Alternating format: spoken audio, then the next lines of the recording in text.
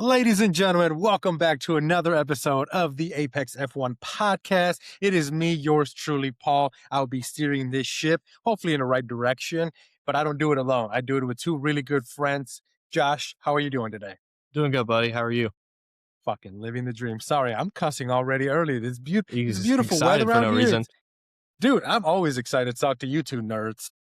My mom actually, she came to visit this last weekend, and my stepdad, they walked in and they were like, we listened to your podcast on the drive up here. And again, I don't know why I do that voice because my parents don't sound like that. But they're like, we listened to your podcast on the way up here. And then they were like, yeah, you should, send your podcast to some people. And then they were like, but you do cuss. And I was like, yeah, I do cuss.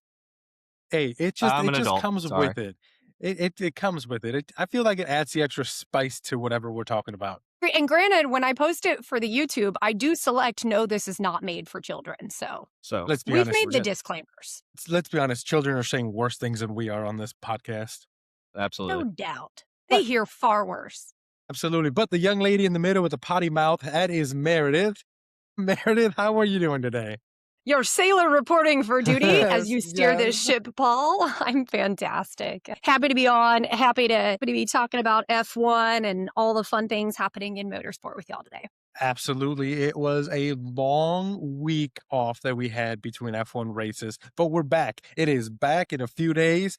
They're going to be cars on track in beautiful Japan, which I think I can speak for the three of us when I say it's one of our bucket list races to go to. I think it's just this time of year in Japan is beautiful. It's just one of those iconic races that if you love motorsports as a whole, it's just one of the places you have to go. God willing, 2027, I'll be at Suzuka. Yeah, hopefully. But yeah, let's get right into it. We had some big news this week. Usually kind of have to warm up a little bit, but no, Aston Martin right away came in with the hammer and said, the man who can see air through a vehicle, yeah, out. Later, don't let the door hit you on the way out. Daddy Stroll decided it was time to not necessarily part ways, but he did reassign Adrian Newey to something else. And I did not see this happening. Did you? And I think I will give Josh some credit. I think he talked about it last year where he didn't think Adrian Newey was going to last the entire season as the team principal. So I'll let Josh start this one out.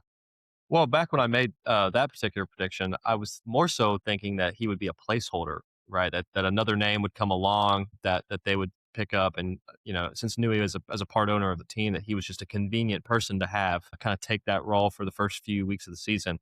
Not exactly how I saw this coming out.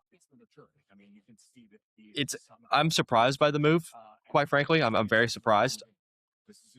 There's two parts to it that confuse me, right? Like, why, number one, would they jump ship so early when it's not necessarily the car that's the problem, but it's well known that it's the power unit that's the issue. But the second part of that is why would Jonathan Wheatley, who we sat here last week and complimented so highly for his work, why would he decide to jump ship at Audi so quickly? It's either money or there's something going on at Audi that's not so hot that he wanted out anyway, or it's just money.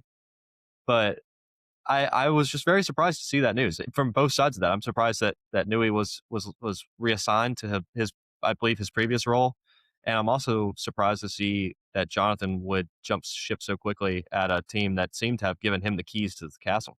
So very interesting moves there. We'll have to see kind of what direction both those teams kind of take over the next several weeks and see how they land.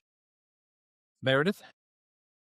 Yeah, I think, Adrian Newey's been a key player, and he was such a huge key player in Red Bull's success. And I think that I was also surprised last year by him being announced as team principal. And I think when Josh kind of hypothesized, like, hey, he would be a placeholder until they found somebody that was permanent as a team principal role, because those jobs are so different. What Adrian Newey has been doing and what his expertise is in is not necessarily suitable for a team principal role. Now, do I think he could have grown into that role? Absolutely. He's highly respected. But I was very, very shocked by the decision. Only a couple of weekends into the season, especially given the announcement about Saudi Arabia and Bahrain being canceled.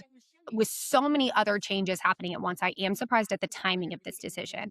I really thought that they would really leverage that gap between Suzuka and Miami to try to work on some things with the car, really maximize performance, try to troubleshoot to actually be able to get a car to finish a race and really find finesse what was happening there before they would make some decisions. I really anticipate a decision maybe happening more around like summertime during that like summer silly season break. And I don't know. I am shocked by the timing of it, but I agree with Josh. I think the more shocking part to me is Jonathan Wheatley departing Audi. And, they said it was due to personal reasons, but the rumors of him going over to Aston Martin are ever present. And I think it's a lot happening at once, and I don't feel like we have all the information on it. I mean, not that we ever will, but yeah, I was quite surprised by it.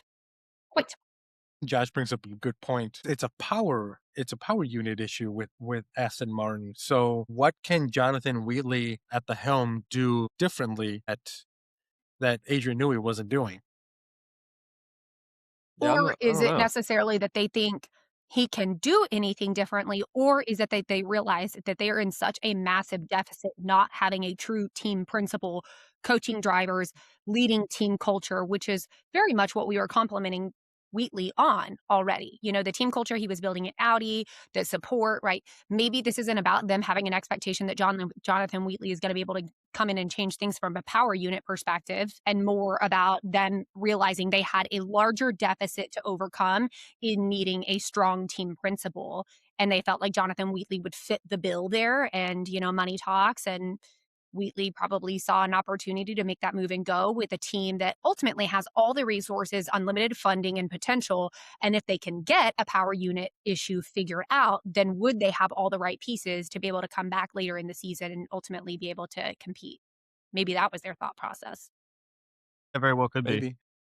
I think it goes back to the announcement of Adrian Newey as team principal for me is he's just not that guy. Like he's never been in that leadership role. He's always been the strong engineering mind in the background that builds sick cars and, has a reputation for doing things that are outside of the box, right? But you don't hear him spoken as much of the leader of the team. So that was a little, maybe piqued my interest back at the announcement, but now maybe that is kind of the catalyst to this decision that he isn't that leader guy. And then with them being so far down in the hole here that they've got to dig themselves out quickly, maybe they do want a strong face that they can rely on to try to pick the pieces up and create a good foundation now. And then staying with Jonathan Wheatley, what is going on behind the scenes at Audi that would make him want to leave that? So there's a lot of, I mean, I know the car's kind of been having its issues in the first couple races of this year. So is there more to it than that? And I it's mean, I weird wouldn't because argue that there's any more happening at Audi with a car than there is at Aston Martin, who No. hasn't even had a car finish a race. yeah. Yeah, and I don't know if you guys have made it this far, but Drive to Survive made a whole thing about Jonathan Wheatley and how much he's changing the culture with those two drivers there. You go from that to just up and leaving and going somewhere else. I don't know. I'm sure there's a lot of conversations and a lot of stuff we're not privy to as fans. So it's going to be interesting to see how it all unfolds. And I think the truth comes out eventually. So we'll just have to wait and see what happens. Well, that and I'm kind of curious to see what Mateo now can do. It's been a while since he's been the front man of And a and he had his issues towards the latter end of his career with absolutely. Ferrari. He got run out of Ferrari. Did he learn his lessons, or is he still that hard-headed individual that we saw towards the back end of his stint with Ferrari? So there's a lot of moving pieces here, and only time will tell how it all breaks down. Gunther makes a comeback in a shocking turn of events. Gunther is now Audi team principal. I'm just kidding. I think it'd be fucking hilarious to see him back in that space. I will forever only think of Mattia and Gunther in that episode of Drive to Survive from last season, just like hanging out in the vineyard, just chilling, like I loved that. But I think Matteo can do a good job with that team. He's had so much footing in this space and he is experienced. I think he will apply a lot of his learnings, but I think it will be very interesting to keep an eye on Aston Martin, because if they can continue to work with Honda and get this power unit issue figured out, especially given the break that we have now, if they can figure out the issues with their car, and then they've still got Newey on staff, and they've added in Jonathan Wheatley to really bring out, a well-rounded leadership team, then if they can get that figured out, they could be one to watch. But I think it all goes back to, can they fix the car? A new team principal isn't going to change any culture if your car can't finish races. Yeah, that's true. And with this weekend being Japan, I almost wonder if Honda is going to make a huge effort with several upgrades and several improvements, being that this would be effectively their home race, and they want to have a good showing in front of probably quite a few of their own shareholders. So I would gamble to say that they've probably spent the last several weeks trying to fix as much of this car as they can to at least try to finish the race, let alone try to get points. But baby steps here. Absolutely, baby steps. So, is there anything else in the news with F1 before we kind of get into talking about Japan and everything there? Yeah. What did I Max miss? driving at Nürburgring. Yeah, let's get into that. Not really F1. I thought we were going to save that for a little bit later, but go on. Well, I mean, it's related in the F1 news. I mean, this was really Max Verstappen's debut at the Nürburgring there, kind of racing in that Mercedes car. I don't know if y'all saw any of the clips of the videos of just some of the massively impressive overtakes that he did in that car. That was just insane.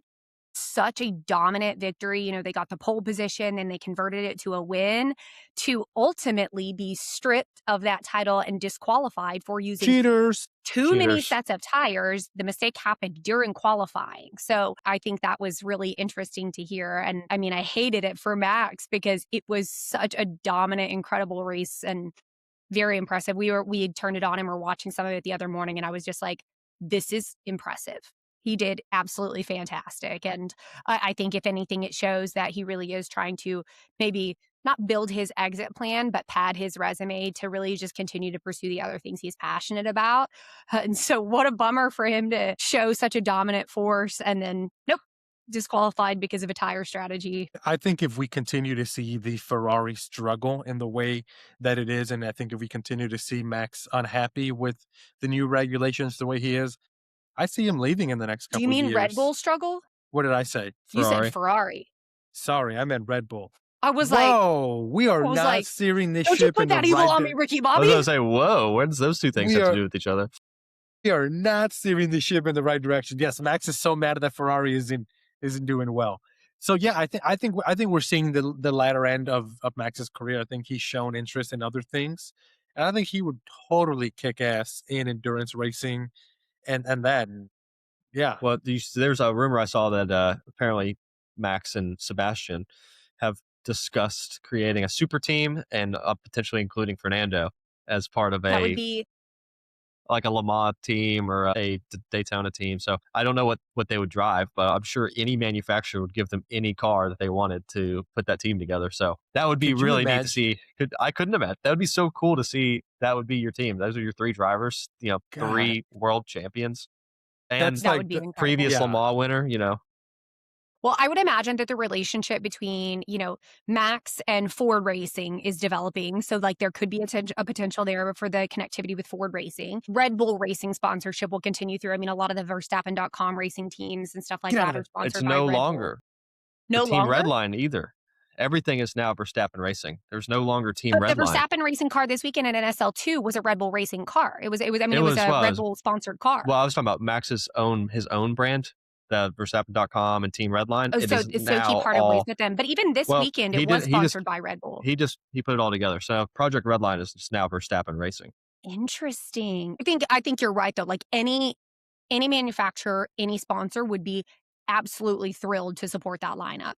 Like no Would you questions not? asked. How do you turn down like the all-star team of the last 30 years here pretty much?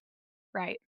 Like I think of like the Legion of Boom with the Seahawks from, their Super Bowl dynasties from a couple of years back, like 10 years ago, right? Like I think about like those 4 people that were in the Legion of Boom, right? That to me is my F1 Legion of Boom would be Seb, Max, Fernando. It would just be incredible. Legion of Zoom. Deletion of Zoom. Trademarked. Trademark that right now. Trademarked just now. The Legion of Yes. Zoom. I'm going to go apply for the patent immediately. Legion of Zoom. Absolutely. But yeah, I think he's got a great career in endurance racing whenever he wants to make that move. And I know he's talked about wanting to do other things like rally racing. I saw something recently where he said he wanted to do that. So sky's the limit to what that man can do. And really believing that more than ever that that man was created in a lab to do this because no one can do what that man is doing. Well, I don't know if y'all saw some of the clips from Suzuka from last year resurfacing from the cool down room after of him talking about the cars in Suzuka last year. And he's like, look at that lawnmower. And it's like, it was a clip of a car going around the truck. And he's like, nice lawnmower or something. And it's like, I think if you look at the pattern of how he's been interacting in the media with his feedback on the cars of the last 2 seasons, he has not been super thrilled. And he has voiced very clearly that he's at a point where his accolades and what he's already won, he's like, I've accomplished everything I've wanted to accomplish here. So interesting times. Interesting times. Last year, this time, Red Bull was really, really struggling and thinking about how much they turned it around to ultimately be able to deliver a car that was competing for the championship at the end. So I think it'll be interesting to see if there are massive, significant changes in that Red Bull this season at all. If not, I really could foresee Max being like, I'm good. I've seen what I've needed to see.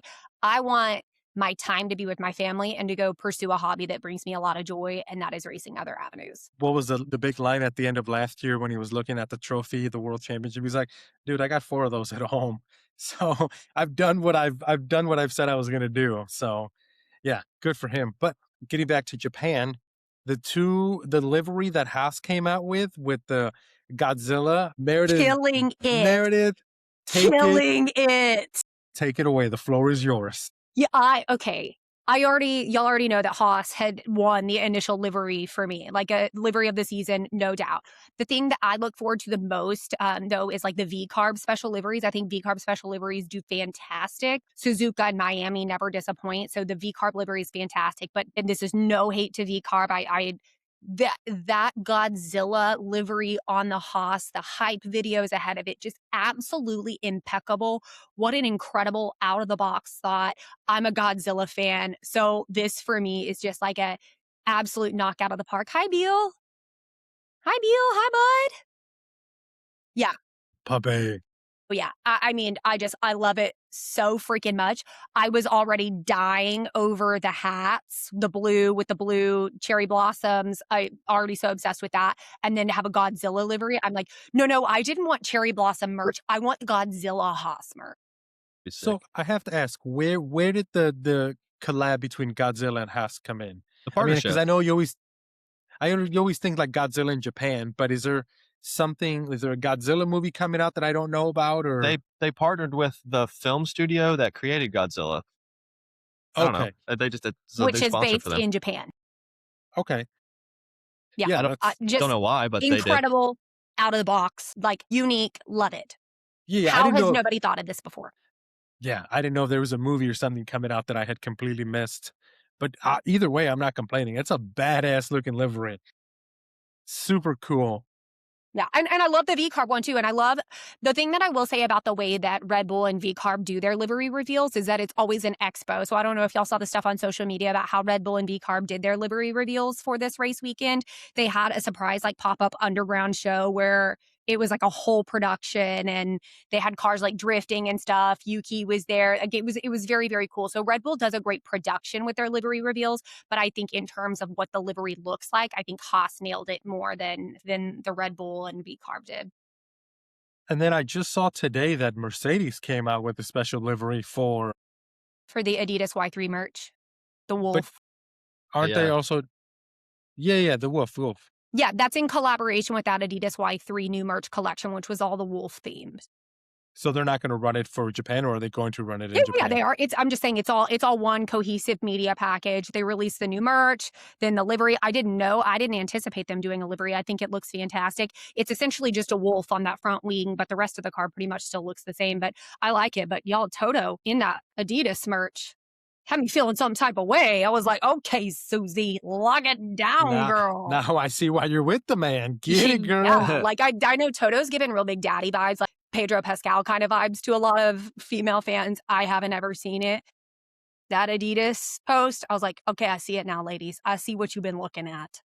George just looks like he has gastrointestinal pain in all those photos. Like he just looks like he's struggling. Kimmy's just like, what's up? I'm here. He's just happy to be I there. got my jacket.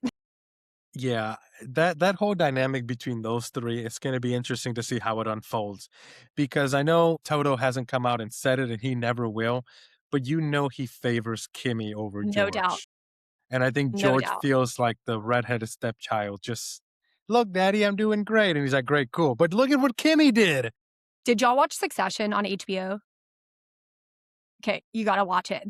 It's about this family that's based off of an actual family in America that is very, very wealthy. And there are multiple children in the family. And the oldest one, his character, there's a scene where like some of the younger kids are talking about why they think they should take over the business. And he like loses it and he's like, I'm the eldest boy.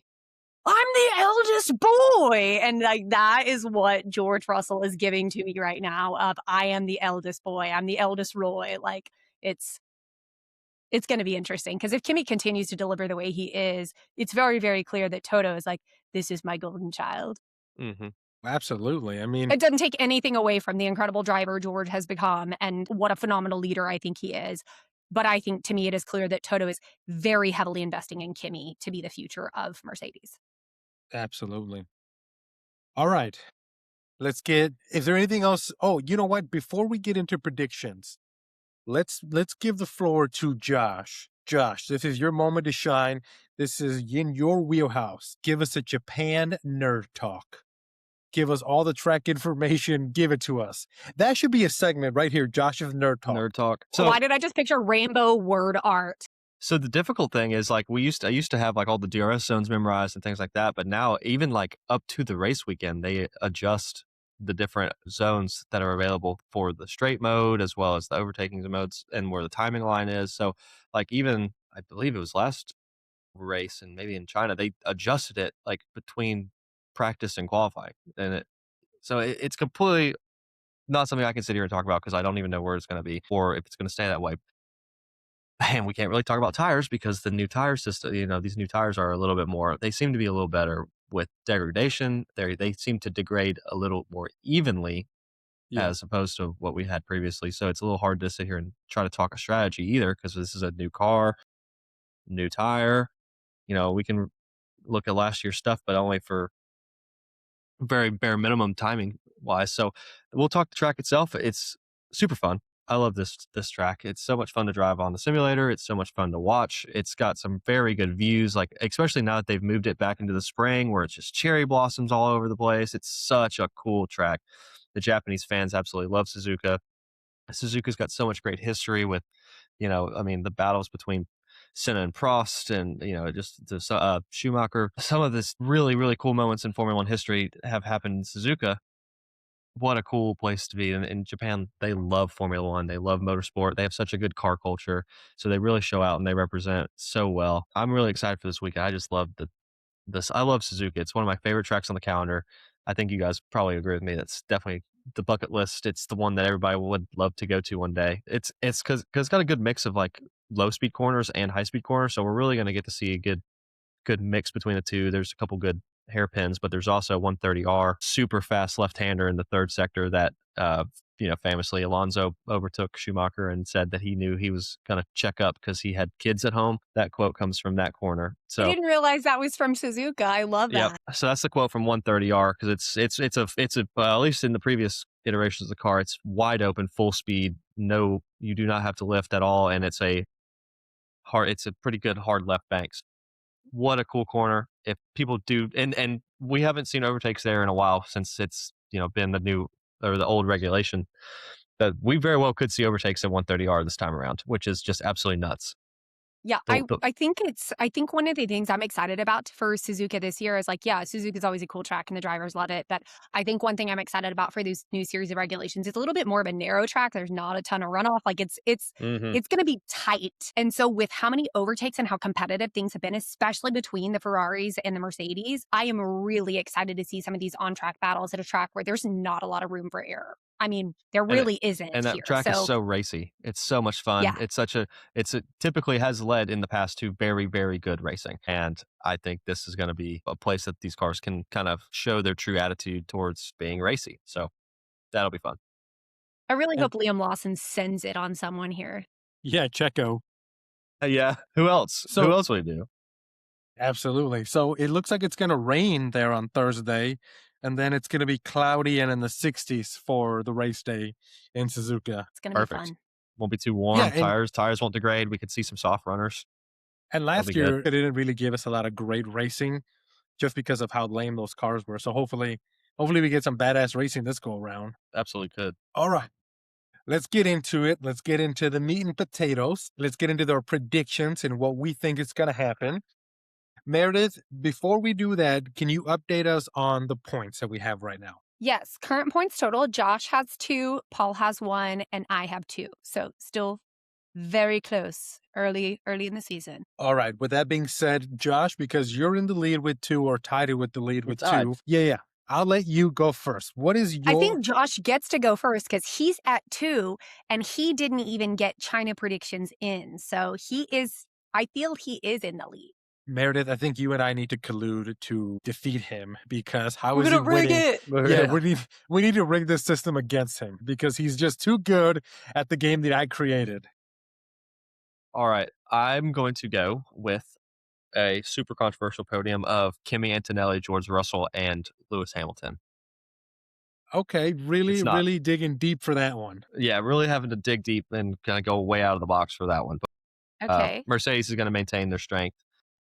I like Kimi for this one. I think he's just a little more bold and aggressive, and coming off of his first win, I think he's got a little bit of momentum behind him.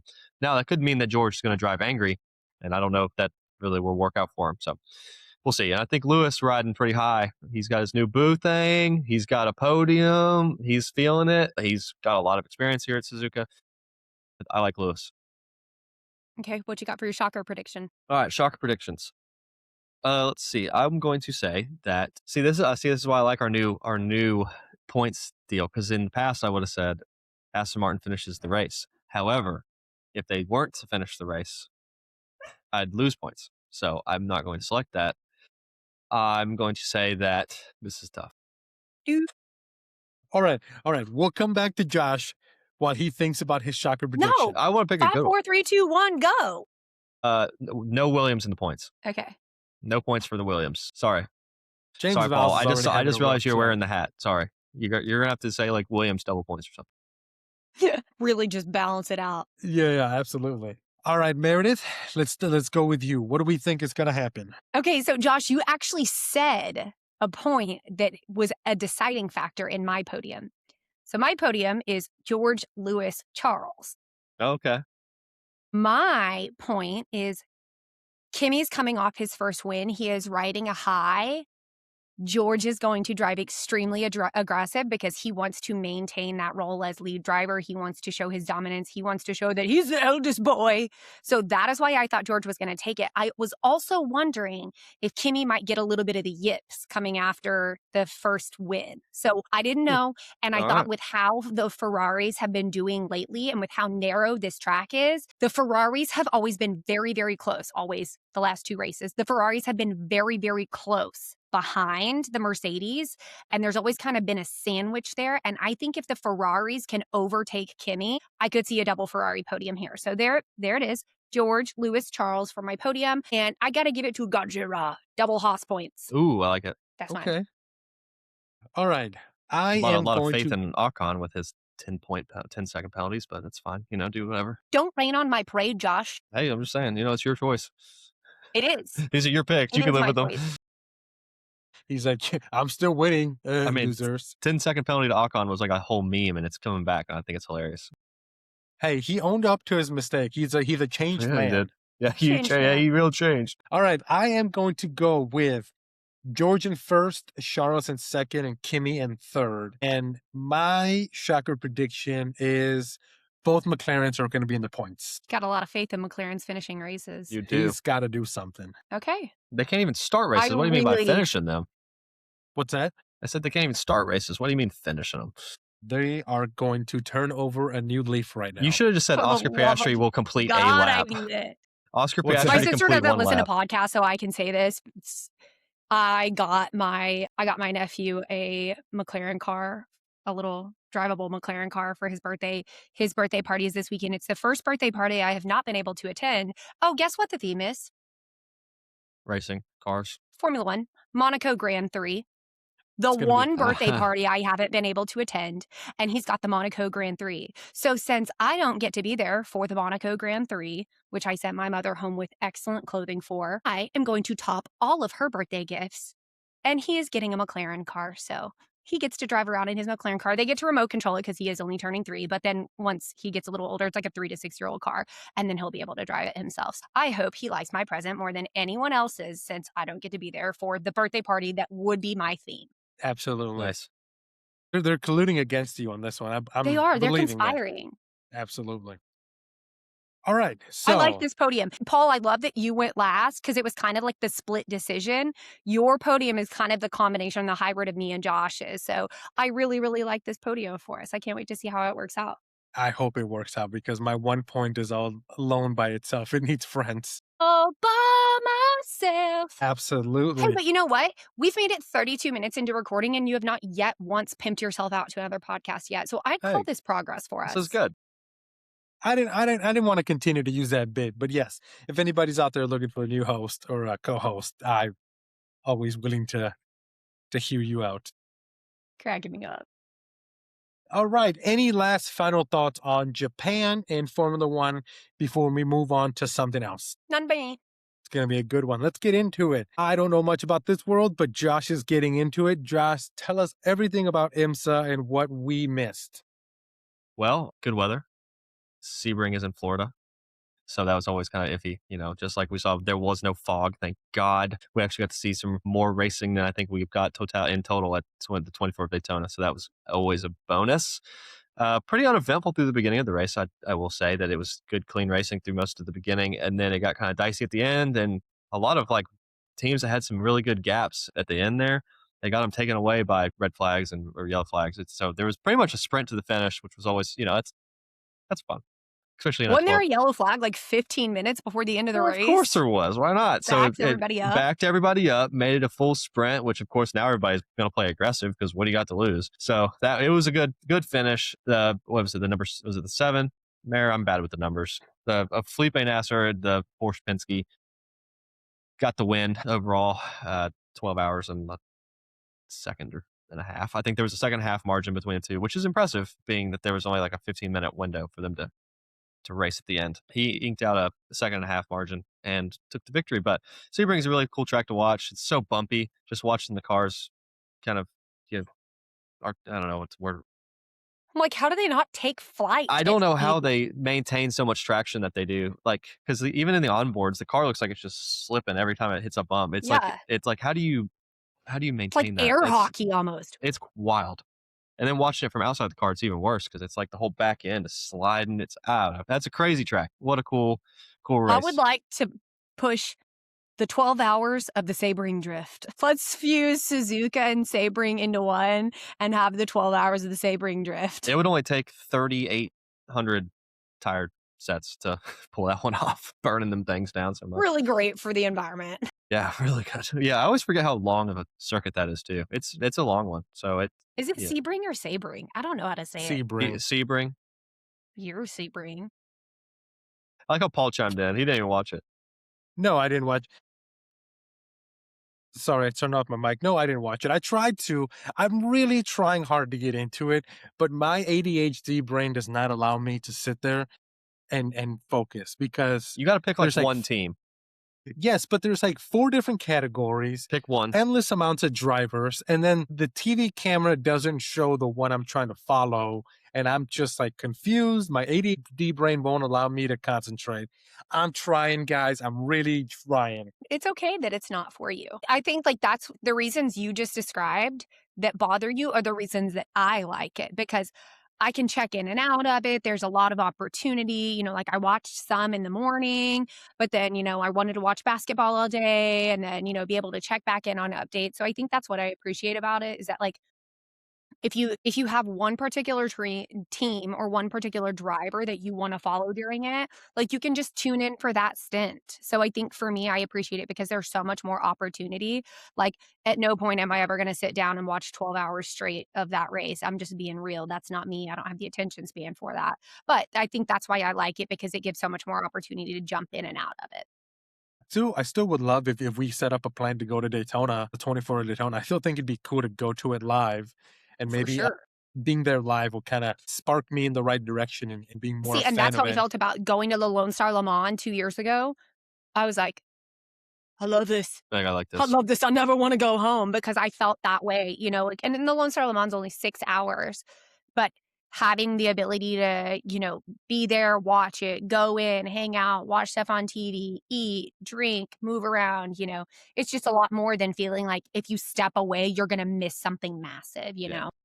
All right. Anything else on Sebring and the 12-hour race that was? Not for me. Nope. Perfect. We move on to NASCAR. NASCAR was in Darlington.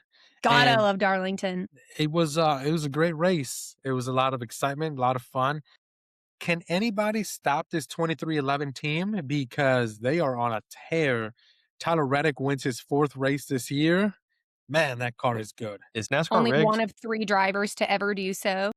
What's that, Josh? I said, is NASCAR rigged?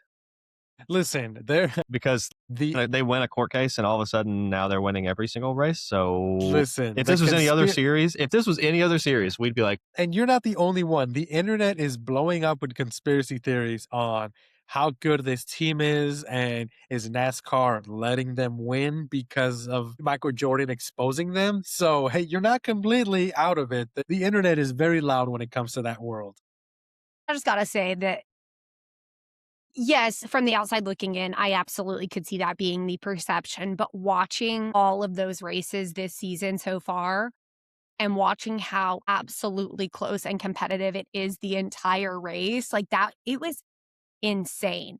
And really, stage 3 in this race at Darlington was just mayhem to me. The first 2 stages were really clean, same stage winner in stage 1 and 2. I just really did not see. I mean, when there was a yellow flag and they had to do a restart, and Tyler Reddick was back in 6th, and just watching that restart and watching it was, I mean, essentially the first 2 cars pulled right, the next 2 cars went low. Tyler Reddick just weaves around the car in 5th and just threaded the needle, and he just found that opportunity, and he just immediately got right up in there. Like, I think when you watch it, you're just like, damn, that's just damn good driving. Like, it was just really, really exciting to see. I was joking with my sister-in-law, Maggie, because she's been over here. She came over Sunday while my parents were visiting to be able to come see them and talk to them. And I told her, I was like, you are the Tyler Reddick charm, because every time she has come over to watch a NASCAR race with us, Tyler Reddick has won the race. And I'm like, I need you sitting at my house every Sunday for NASCAR. I think Never that the leave. 2311 team is just nowhere to go but up. I think Bubba Wallace had a really tough race. He had contact multiple times throughout the race. He had a terrible first pit when he came in. He actually had to pull back. Like, he left the spot and had to reverse back into the spot. So I hated the Sunday that Bubba Wallace had, but Tyler Reddick's just driving absolutely clean. I think there were several other racers, including Carson Hocevar, that we have to keep our eye on. For him Dude, to gain 30 places and finish in 4th, that was absolutely nuts. Those last 6 laps need to be studied. And in a throwback Chili's Dale Earnhardt livery, wearing a Richard Petty hat in the advertisements, chef's kiss, Carson. dude, that Hocevar kid is on a fucking tear. I love it. Dude, he's gonna do great things in this sport. He's the Liam Lawson of NASCAR, except he's actually achieving results. Correct. Yes. he's not running Because into Checo. No, he's Hocevar- running into everybody, and he doesn't give a fuck. No. So he's just a torpedo. He'll run your ass off the track real quick. But like Meredith said, he's getting results. He started in 30, like towards the back end in Darlington, and finished 4th. And that kid, there's talent to back up his recklessness. I just think I I will think say, NASCAR's so fun to watch right now. my one complaint about NASCAR and IndyCar, as I've started to get more into it, is I think we shouldn't allow certain numbers to continue to be on track. I don't think anyone should use a number 24 in NASCAR. That was Jeff Gordon's. I don't think people should use a 3.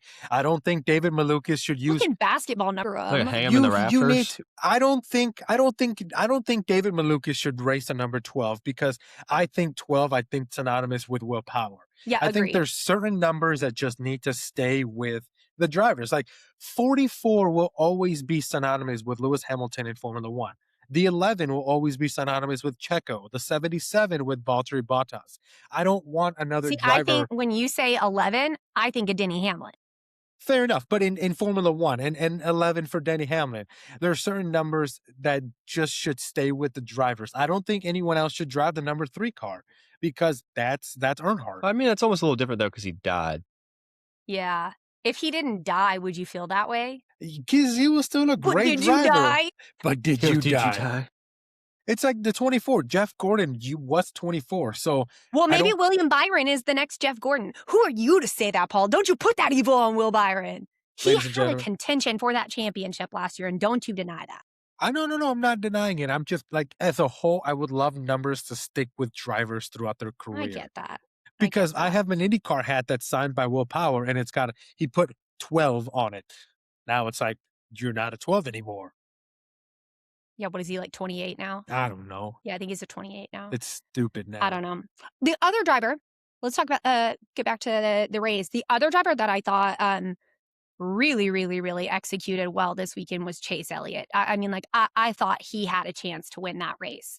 I mean, he was right up there at the top, drove very, very level headed.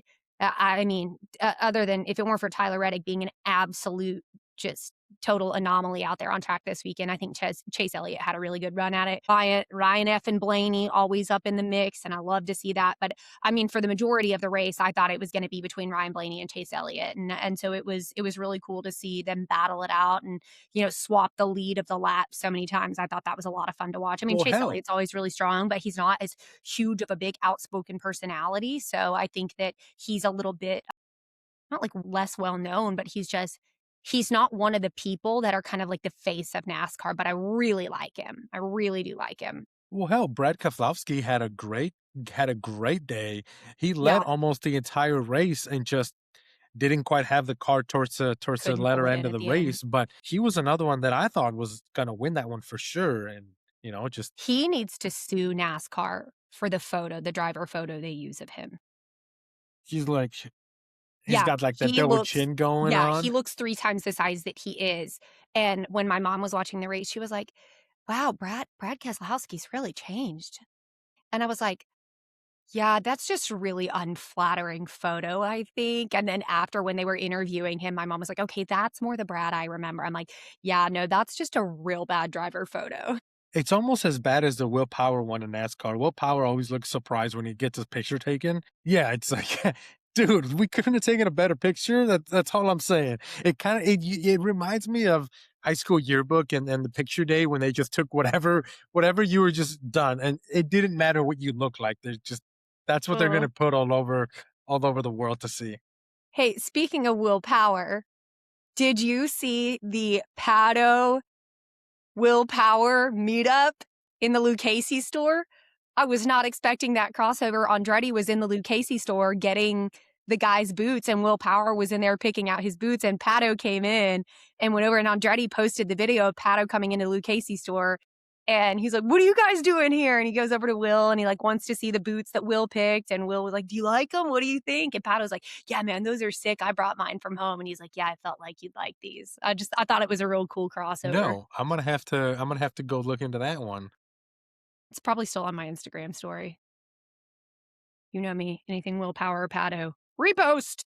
Repost. And while we're on the Willpower Paddle train, this week IndyCar is in the great state of Alabama Barber. for Barber. It is 90 laps, 2.3 miles, and yeah, it's gonna be fun. I love having IndyCar back on track. It'll be interesting to see how they do. Who else is gonna win? It seems like we're getting a new race winner Will every. Power is going to win. Okay, yes, ma'am. Yes, ma'am. She said it. And we're gonna start the IndyCar points now, and she starts with Willpower first.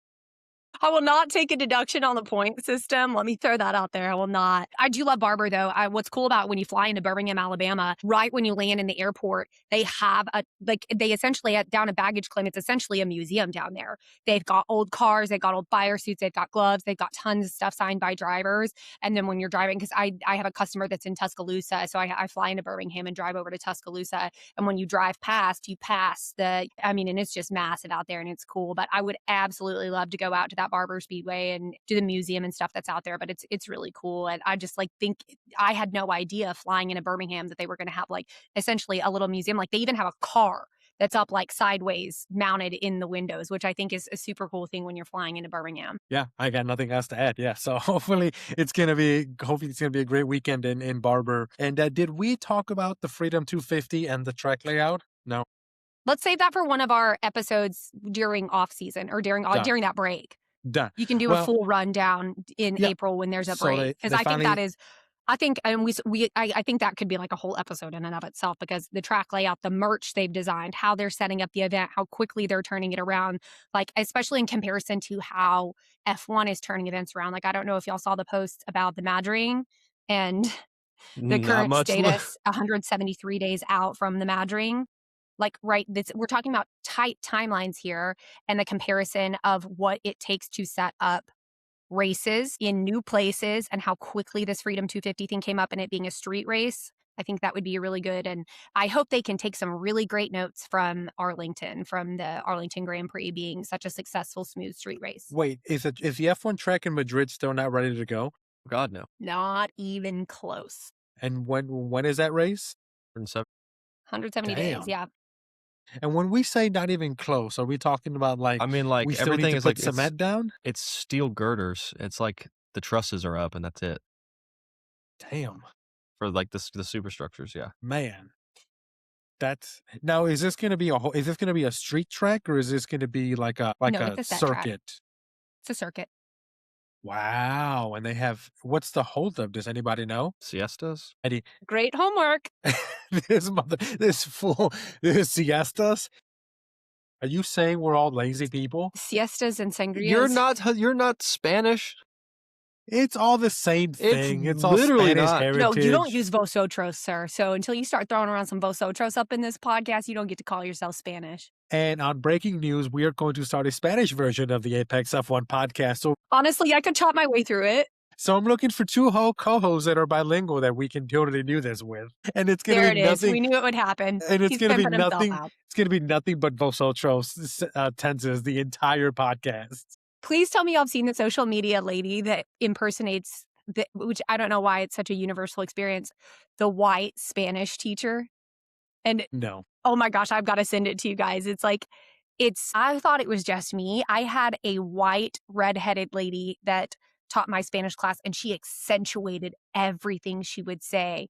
And then I got on this whole TikTok feed about it. And it is apparently other people also had this experience about white ladies that lived in, went and studied abroad and they decided to be Spanish teachers and they accentuate everything so much. So I'll send it to you so you can get a good laugh. When I took Spanish in high school and I got a B, my teacher was a white. Well, sounds like you should have studied. Did you get an A in English, you idiot?